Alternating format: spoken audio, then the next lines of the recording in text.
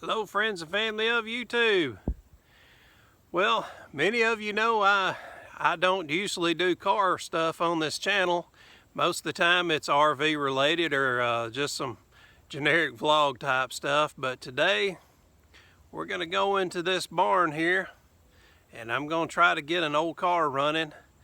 May take a couple of videos. It's been quite a while since I've drove this car and had it running for that matter. But anyway, it is a 65 Oldsmobile, and here's a picture of it when it was 3 years old.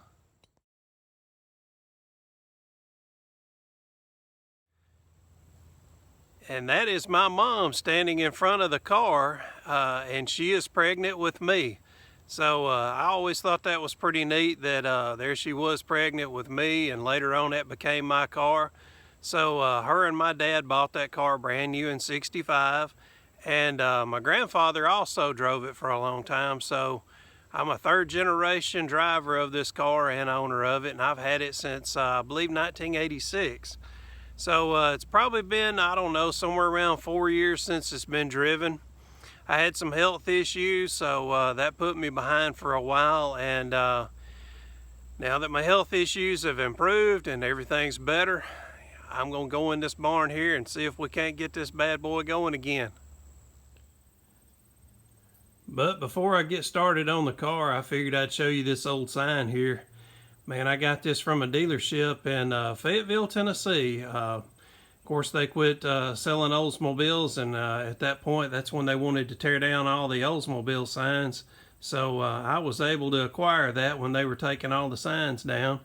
And I've had that flag there for a long time. It's not a, I don't believe that's a dealership flag. I think that was something I ordered off of eBay years back. But so anyway, let me clean off some junk off the car and get it ready to show it to you. And here she is.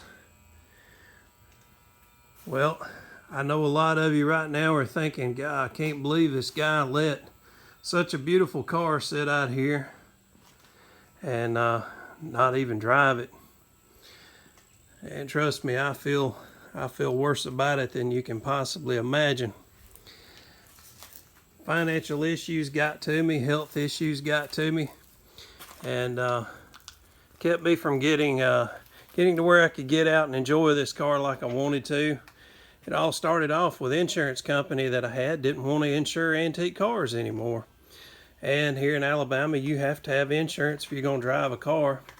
And so that was the first thing that got me a little bit out of a line.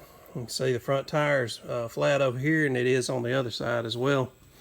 But yeah, after the car insurance deal, then I started having some health issues, and you know, I kept thinking, well, I'll get to where I can earn more money and get a different insurance company that will support me having an antique car.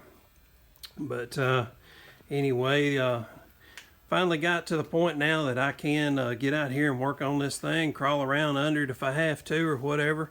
Never been a fan of hiring people to work on my own car, so I thought, man, I've got to get this done. I'd like to get out and drive this thing and enjoy it a little bit. Well, let's see what it looks like on the inside here. You can see it's got some mildew buildup on the cushions there on the side. Got some on the door as well, and you can smell the mildew. It doesn't smell like a mouse, so that's good. I don't doubt that I've had some mice in here, but it hadn't been a overabundance amount of it, that's for sure. So yeah, the dash and everything's still in good shape on this car. It's always been well cared for and been garaged a lot of its lifetime, and I guess the glare back there is going to make it a little hard to see the back. But anyway, I had these seats reupholstered back in the somewhere around 86, 87, somewhere around that time period. And let me go ahead and shut it. So I had that done, and I also had to pull the motor out of it. The motor was still running pretty good, but it got to where it started using oil, and it was smoking a little bit. I was bad about drag racing, so I always put that engine through a pretty tough time back in the day. This car came original with a 330 Oldsmobile motor, of course. They called that a rocket back in the day, and a 2-speed transmission, which is still connected to it. And the 2-speed was what they called Jetaway for Oldsmobile. Power Glide is what they were putting in the Chevrolets, and they're probably pretty much the same thing. But anyway, let you see what's going on in here now. So now what I've got inside here is a 307 Oldsmobile motor. And this motor did not have very many miles on it when I got it. I got it from a station wagon. It was in a Buick station wagon, and Buick and Oldsmobile back in the day had an alignment going where Oldsmobile would supply the engines for Buicks. And so yeah, this motor only had I think it was right at 90,000 miles, and been puppied around quite a bit. And so I knew it was a good engine, and I put it in here knowing my racing days were over, but I just needed an engine to kind of get me up and down the road, and it did that well. The transmission came out of a 64 that I had, and it's a 2-speed Jetaway, just like what was in here factory. And so it's still got a small block Olds engine with a 2-speed, and it still runs out pretty good when it is running. So anyway, let me go inside, get out of my clean clothes, get into some garage clothes, and I'll start turning some wrenches. Had to clean out the shop a little bit where I could get in there to move around the car while I was trying to pump up the tires and stuff. Had to take my dad's bicycle out of here. This is a bicycle my dad grew up with. He said he thinks it's a Western Flyer. Anyway, I thought I'd show that to you. I know a lot of car guys and bicycle guys are one and the same. I always thought it was a neat bike too. This thing is actually really fast.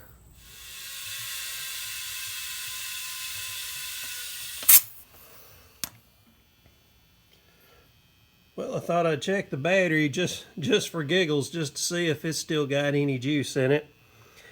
And looks like it's going to be holding somewhere close to 8.5.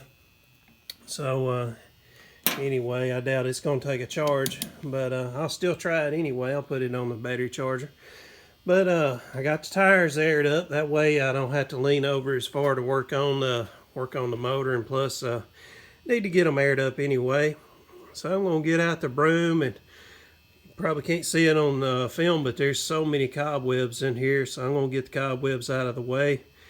I don't know where my breather's at. That's the other crazy thing. I've got to locate my breather. I don't know why I would have taken it off to, I guess at the time I didn't know I was parking it. I probably just thought I was tuning it up or something. You know, it's been somewhere between 5 and 7 years, I guess, since I've actually run this car. So I got to check and see if the fuel in the back is still got any smell to it, or if it's, the gas cap on this thing's never been that tight. So if I got lucky, maybe the fuel evaporated out of there. I doubt it. But anyway, I'm going to check on the fuel, and also I've got to pull these spark plugs out of here, and I'm going to spray a little bit of lubricant down in each cylinder before I turn it over and all that. So anyway, let me get to work here, and I'll take you along. I want to tell you, if you enjoy reading comments of backlash for the statement I'm about to make to you, you will see all kinds of backlash about it. I had an old man tell me one time, he said, you can take a car battery, and inside here you've got all these plates that run inside of here. And he said what happens is corrosion builds up on these plates inside here. That's what causes the battery to start going bad. I don't know the science behind it, and he didn't either. But anyway, what he told me is, he said you can take these car batteries and lift it about 2 inches above concrete or a rock, and cover this with a blanket and just drop it 2 inches over concrete. Let the bottom of the battery hit the concrete, and it will shake loose that corrosion inside the battery, and then you charge it up. I'm not suggesting you do that. I'm just telling you what an old man told me one time. And he said you cover it with a blanket so that if it was to bust, you're not going to get all the acid come jumping out on you and pouring out all over the floor and all over yourself. So Anyway, that was his protective measure, was putting a blanket over it. But anyway, like I say, I'm not telling you to do that, not advising that. It's just something that an old man told me, and he said it worked for him. So there's some food for thought. Whoo! I don't know if you can see the hair on my arm standing up in the cold chills, but I'm telling you what, it's 100 degrees out here. I just opened this drawer up right here. And when I did, a mouse jumped out. I'm not wearing a shirt, and that mouse jumped on my chest. Whoo, son. God almighty. That scared the fire out of me. Whoo. You can see I got all kind of tools laid up here on this counter. Man, I tell you what, before I go to putting any of them in this toolbox, I'm going to stand back and open these drawers up. Because usually where there's mice, there's snakes. And I'm going to tell you something. One of the reasons I quit driving that car, and all my antique cars, is I am not terrified of many things, but I do not like snakes. I don't like the surprise factor of a snake. I don't care if it's a green snake, red snake, blue, purple, or whether it's a good snake or a bad snake. Hell, all snakes are bad to me. They scare the fire out of me and might kill me. I was driving this car to work, I don't know, probably the last time I drove it 5-6 years ago. Anyway, I drove it to work, and a buddy of mine, he was interested in the car, and I showed him around it. I got him into the back area here, and I said, man, we used to go to the drag strip, and my friends would ride in the trunk. I know it ain't a cool thing to say. It's just no different than stealing, I guess, now, but we didn't look at it that way. My friends would ride in the trunk of the car, and I would drive, and they would all give me $1 a piece, and that way I still paid the entry to get in. They rode in the trunk for free. So anyway, I showed my buddy, I popped the trunk, and I was like, man, look there, you can fit 4 or 5 kids back here. No sooner than I opened that trunk, there was a big old black snake just waiting to scare the fire out of me. So I knew when I drove home that day, I had a snake in the car with me. And that's the second time I've had a snake in the car with me. I had a 65 Pontiac Grand Prix, and I had a snake come out from under the passenger seat while I was going down the road. And man, it was 2 inches short of 5 foot long. God almighty, that scared the fire out of me. I've never made that car stop as fast as I made it stop that day. So anyway, I'm not scared of mice, but it was a little startling having him jump right on my chest. So anyway, let me try to get some tools situated here, and what I want to do is find the proper socket to remove these spark plugs, get them out, and spray a little WD-40 down into the holes, and that way it's all lubricated before I try to drive. Well, last time I run this car, it had old gas in it then, and the gas was not wanting to burn good. And you can see this plug is very black, and I can tell you that is not from, usually you get that either from running too much fuel or you get it from oil coming up through there, but I can tell you it's not from oil. It's this motor's always run real good and always had good compression, so I don't think that it's oil. I think more than likely it's because of the bad fuel that I was running before. So anyway, like I said, I'm going to spray some fish oil, also known as WD-40, down into the cylinders, and that way I won't be trying to do a dry start. I'm sure there's a lot of people not liking the fact I'm using WD-40 and should be using something else, but I'm going to show you why I chose to use WD-40. I use this can here as an example. If you imagine this being the cylinder of the engine there, when I take that spark plug out, that spark plug's at the center of it, and that cylinder is at an angle like this because the motor's a V-shape. Well, if I was to just put some transmission fluid or some other brand of spray oil or non-spray oil, what would happen was the oil would just sit here, and as the piston came up and down the cylinder, it would be a little while before all the oil spread through. So my thoughts are, using the WD-40 with the straw, I can stick the straw inside there and I can spray all directions and get it well spread across there before doing a dry start on the motor. I refer to it as dry start. Maybe it's called something else, but you know, I don't want the cylinders to be dry is what I'm trying to say. Well, I got 4 of the plugs out, just got these other 4 to go. So halfway there as far as getting these plugs out and get them oiled up. Got some light on where you can see a little better in here now. And tell you what, while I'm at it, I'm going to do a shout out to another YouTube channel. I don't think I have ever done this before because nobody ever gives me a shout out, I guess. I don't know. Anyway, I've watched this channel for a long time called Mustie1, M-U-S-T-I-E-1. If y'all enjoy people tinkering on cars and motorcycles and that sort of thing, Mustie1 is real good about that. Man, he works on all kinds of stuff. He's a real good mechanic. I have learned a lot from watching his channel over the years. So yeah, check him out, Mustie1. I will tell you, Musty does mumble. And what's funny is my cousin, he's a mumbler, and so is one of my good friends. But I've got so good at deciphering mumbling, hey, I could just about translate for the guy. Well, just put a fuel filter in line to the fuel pump on the car, and just wanted to show you this number here. It's the same as a Fram G2, and what I like about these is that they're clear, and the good of that is you can see if you have gas in there, or you can see how clogged up it is. And I've had as many as 2 of these in line before. I mean, I'd have them just inches apart from each other. And the reason I did that is on this car over here, which that is a 64 Cutlass. I'll be doing that one here before too long. That's a 4-speed car, folks.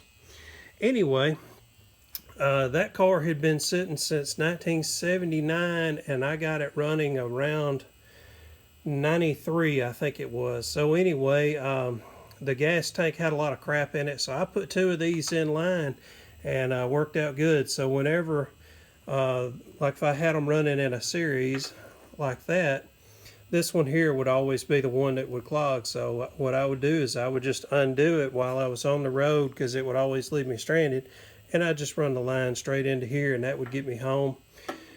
But later on I learned to start carrying a couple of these with me. So yeah, both of these cars are going to need a fuel tank, because both of them are pretty sad shape as far as the rust and corrosion inside the gas tanks. Okay, now what I'm going to do now is I'm going to take this bolt off the top of the carburetor, and the reason I am doing that is that when I start pouring fuel down into this carburetor, I need to be able to put out a fire if I happen to get a fire. Back in the last couple of times I tried to start old cars, sometimes you get a little bit of a flame shooting up, and usually it's just a small one. But you know, it can get out of hand. So what I do is I like to have this area flat, and I usually will have a big towel that I can throw over the carburetor, and that way what I'm doing is I'm killing all of the oxygen to the fire, and that'll put the fire out. I also keep a fire extinguisher on hand, but fire extinguisher can make a heck of a mess. It can ruin a lot of stuff. So if you get this out of the way, you'll be able to put a towel down on it, or your shirt. I've had to pull my shirt off while trying to start a car before and put the fire out with a shirt. You don't slap at it like that. I've seen idiots do that, and all they're doing is fanning more oxygen. You want to just put it over the carburetor and smother it out. Alright, many of you may recognize where I'm at now. I am under the car, and this is at the gas tank and at the rear end of the car. The rear end gear of this car is a 323. That's the factory rear end gear of it. So what I want to do is see if this tank is hollow, and that's what I wanted to hear. I was right that my fuel cap on this car has always been not had a very good seal to it, and this car, I know when I parked it, it probably had 1/8 of a tank of gas in it, and it sounds as if I'm fortunate that the fuel did evaporate out. But anyway, I would not want to pour good gas on top of bad gas. That would just add to my troubles down the road. So anyway, let me pour some gas in here and see what I can get happening. Hopefully I can do this with one hand, but I want to show the younger generation where the gas cap was. It was behind the license plate. And what else is cool that a lot of people don't know is that's a holder for your gas cap. So I'd already loosened it if y'all were wondering why it came off so easy. So anyway, yeah, you could lock it in place right there, and that way it would keep the tag down, so that if you were going to put the gas nozzle in there or a funnel, which is what I'm doing in this case. So anyway, let me get some gas in this thing. All right, well, I got the breather stem off of here, and got the battery hooked up, got some gas in the gas tank. So now I'm gonna get inside and turn it over a few times, see if I can't get some gas to come to the over here to this fuel filter and through the fuel pump, and make sure all that's working, and then I'll squirt some gas in the carburetor. Alright, well, I turned it over for about 6 seconds, and now what I'm going to do is put some Gatorade down in here, and man, I tell you what, that Gatorade works wonders on these old cars. I'm telling you what, it's not Gatorade in there, folks. It's gasoline. So anyway, let me get inside, try it out. Was y'all wanting me to try out the windshield wipers and the horn and blinkers and all that before I try to start it, or I'm just messing with you? Look at there. Oldsmobile. Did you see that? That thing started, I mean, on the first hit. Probably gonna have to put a little more juice in there, a little more Gatorade. Second try.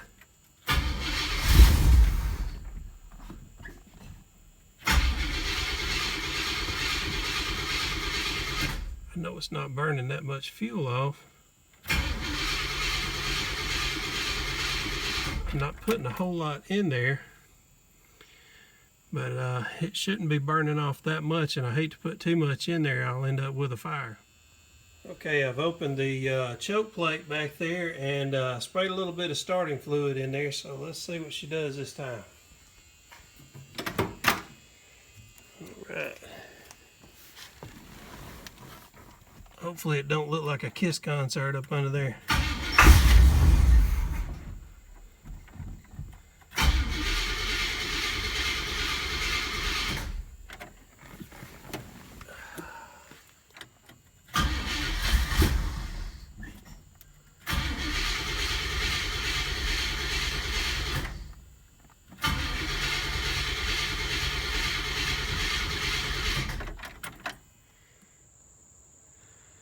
Folks, I got bad news. I'm down to 3% on my camera. So I've run out of battery on this thing. So I know as far as me getting footage, that's over.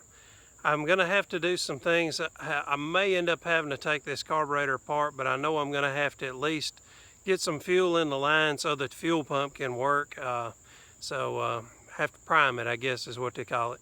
So anyway, I've got a few things to do, and I'll get you a video out, part 2 of this thing real soon. I'm not going to keep you waiting, because trust me, I don't want to wait either. I really enjoyed hearing that old girl run again, and brought back a lot of memories. So I may be back out here tonight trying to get it going after I get the battery charged, and get my battery charged a little too. Let's face it, I'm starving, I'm fat, I'm hot, I'm sweaty, I've even had a mouse jump on my chest. I'm ready to go in the house for a little while. Folks, I appreciate y'all watching today. See y'all real soon. Bye-bye.